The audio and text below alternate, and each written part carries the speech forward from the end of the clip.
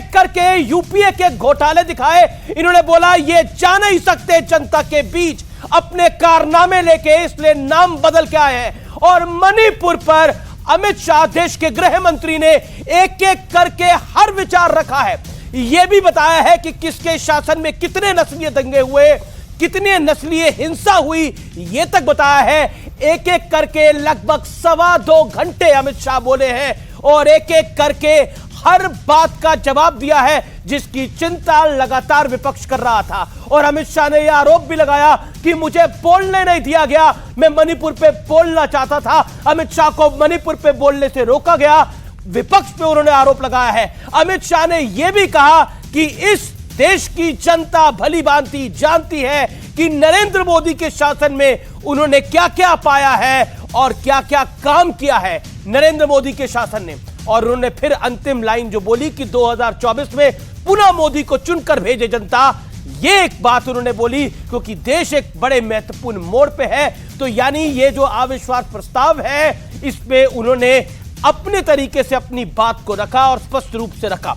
लेकिन मैं आपको बताना चाहता हूं कि अविश्वास प्रस्ताव वाली बहस में आग तो दोनों तरफ से दिख रही है, लेकिन आज इसमें केरोसिन भी छिड़क दिया गया। और राहुल गांधी ने कहा कि मणिपुर में देश की हत्या की गई है, जिसके बाद बीजेपी ने राहुल गांधी के खिलाफ एक मोर्चा खोल दिया। स्मृति ईरानी ने कहा कि कांग्रेस का इतिहास खून से सना है। और इसके बाद जब गृह मंत्री अमित शाह ने मोर्चा संभाला तो उन्होंने कांग्रेस का इतिहास और वर्तमान दोनों पब्लिक के सामने खोल के रख दिए। राहुल गांधी पर तंज कसते हुए गृह मंत्री अमित शाह ने कहा कि इस सदन में एक ऐसे नेता है जिन्हें 13 बार लॉन्च किया, इसके बाद भी वो लॉन्च नहीं हो पाए।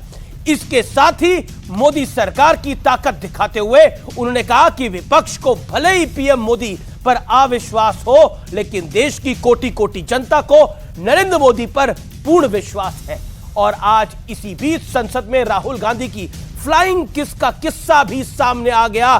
बीजेपी ने आरोप लगा डाला कि सदन में जाते हुए राहुल गांधी ने अभद्रता की है और महिला सांसदों की तरफ फ्लाइंग किस किया है। देखिए पहले ये रिपोर्ट देखिए।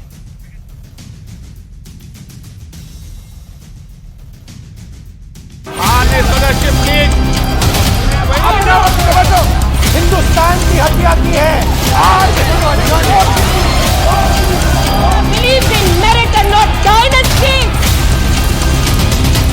बुंदेलखंड की बहन कलावती, उसके घर वो नेता भोजन करने गए और यहीं पीछे बैठकर गरीबी का बड़ा दारुण वर्णन, द्रवित हो जाए ऐसा वर्णन कर दिया। मगर बाद में इनकी सरकार 6 साल चली। मैं पूछना चाहता हूं वो कलावती का क्या करा? वो कलावती को घर, बिजली, गैस ये सब देने का काम नरेंद्र मोदी ने।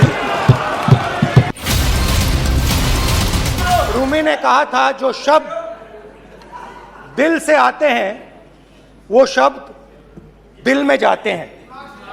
तो आज मैं दिमाग से नहीं बोलना चाह रहा हूं, मैं दिल से बोलना चाह रहा हूं। तो पहले 2-3 दिनों में जो अहंकार था,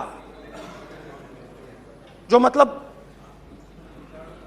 भेड़िया जो निकला था, वो चींटी बन गई एकदम। चर्चा तो थी अविश्वास प्रस्ताव, लेकिन मामला राहुल गांधी के फ्लाइंग किस देने के आरोप तक पहुंच गया। It is only a misogynistic man who can give a flying kiss to a parliament with seats female members of parliament. ये उस खानदान के लक्षण हैं, या आज सदन में देश को पता चले। स्पीकर से इसकी शिकायत भी की गई। ठीक नहीं है। ये नहीं पता था कि गांधी खानदान के संस्कार में भी एक संस्कार ये है मिसोजिनी और महिलाओं के साथ अभद्र व्यवहार। ये जो पूरा उनका जेस्चर था ये पूरी तरह से अभद्र विचारों का है। ये नहीं, ऐसी कोई बात नहीं है, ये गलत है, ऐसा कुछ भी नहीं हुआ है। आपसे उन्होंने एक प्यार भरा जेस्चर दिया है, उससे आपको दिक्कत क्या है? इतनी नफरत की आदत बन गई है कि मोहब्बत का कोई भी जेस्चर, प्यार का कोई भी जेस्चर, अफेक्शन का कोई भी जेस्चर आपको समझ में नहीं आता है। फ्लाइंग किस करते हैं? क्या हो गया राहुल गांधी को? इतनी महिलाएं बैठी हुई हैं, मतलब कोई तमीज नहीं है उनको क्या? Rahul Gandhi is giving a clear message for love and affection, human values. 2018 में भी बीजेपी राहुल के आचरण पर सवाल उठा चुकी है। तब राहुल गांधी की सदन में आंख मारते और पीएम मोदी को हक करने वाली तस्वीर वायरल हुई थी।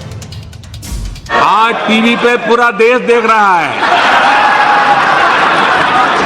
कैसे आंख खोली जा रही है, कैसे बंद की जा रही है। इससे पहले मणिपुर के मुद्दे पर भी राहुल कुछ ऐसा बोल गए जिस पर बवाल मच गया। इन्होंने मणिपुर में हिंदुस्तान की हत्या की है, सिर्फ मणिपुर की नहीं, हिंदुस्तान की हत्या की है। भारत माता की हत्या आपने मणिपुर में की। एक मेरी माँ यहाँ बैठी है, दूसरी माँ को आपने मणिपुर में मारा है। पहली बार राष्ट्र के इतिहास में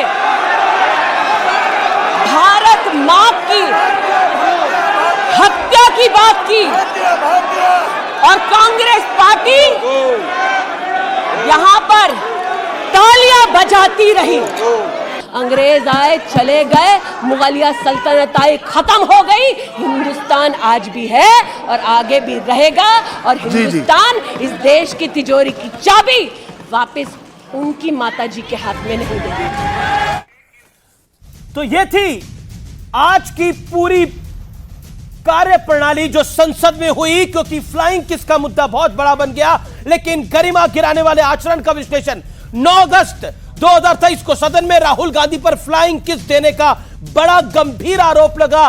बीजेपी सांसदों ने बोला, कांग्रेस के नेताओं ने बोला कि वो एक लव और अफेक्शन का जेस्चर था, ऑपोजिशन के सांसदों ने बोला कि ये लव और अफेक्शन का जेस्चर था, इसको एक किस की तरह नहीं लेना चाहिए। जुलाई 2019 रमा देवी से बोले थे आजम खान, जी चाहता है कि आपकी आंखों में आंखें डालकर मैं रहूं।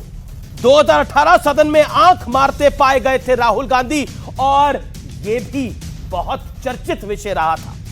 बर्ताव में आगे, साल 2018 सदन के भीतर पीएम मोदी को गले लगाने पहुंच गए थे, हक करने, अंग्रेजी में इसको हक कहते हैं, हिंदी वाला हक मत समझिएगा, हक कहते हैं यानी गले लगाना की बात कहते हैं, करने पहुंच गए थे राहुल गांधी।